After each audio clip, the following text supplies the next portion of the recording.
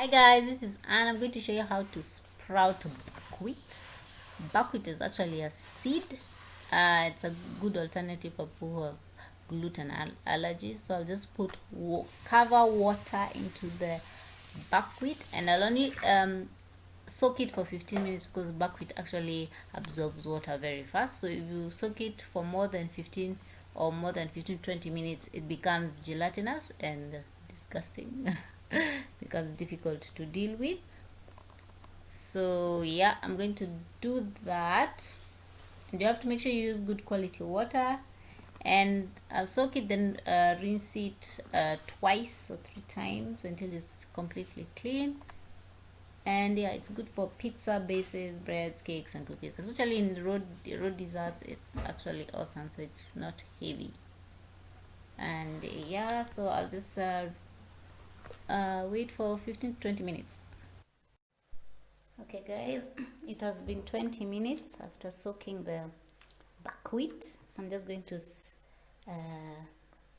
remove the water, and then I'll show you. So I've rinsed the water and washed it off, and rinse it again and again so that it is nice and clean. So now what we are going to do, we are going to let it stay like this, and so that it can be able to sprout. I'll give it 10 days. Every day I'll wash it. I rinse it off for 2 times in a day until it sprouts. So maybe 2 days maximum. So yes, I'll show you as I progress with the rinsing and the sprouting to see how fast it will sprout. So yeah, that's how it is. And for your information, this thing smells so nice. Ugh. When I first bought it was smelling like that. Now because I've soaked it a bit, the smell has kind of reduced. So yes, that's it. Sprouting of buckwheat. I forgot to mention, you have to cover it with a cloth so you don't get doo-doos or something. Just cover it nicely so it prevents it from getting any flying creatures going on it, or dust and all that. So nice clean cloth, and yeah, that's how you do it. Keep rinsing it twice a day.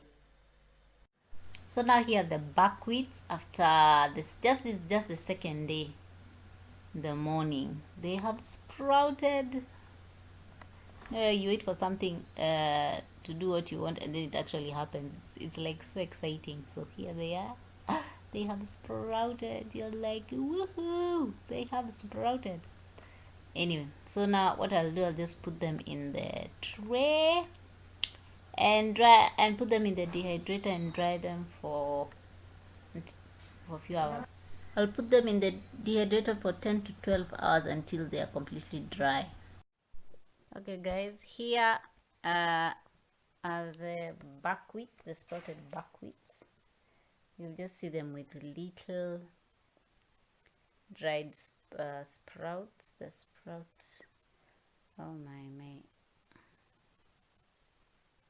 there you go. That's how they look when they have been sprouted. You can see some parts. You can see the dried the sprout that has grown there.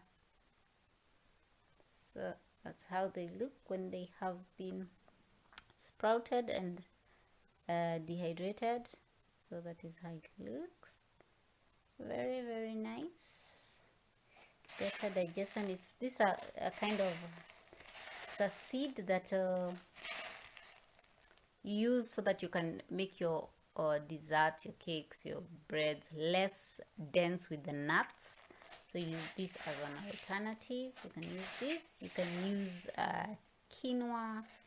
You can use millet, but this smells really nice. So I love this. I said I share how it is sprouted. And yeah, that's it guys.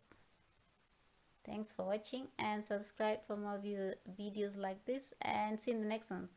Bye.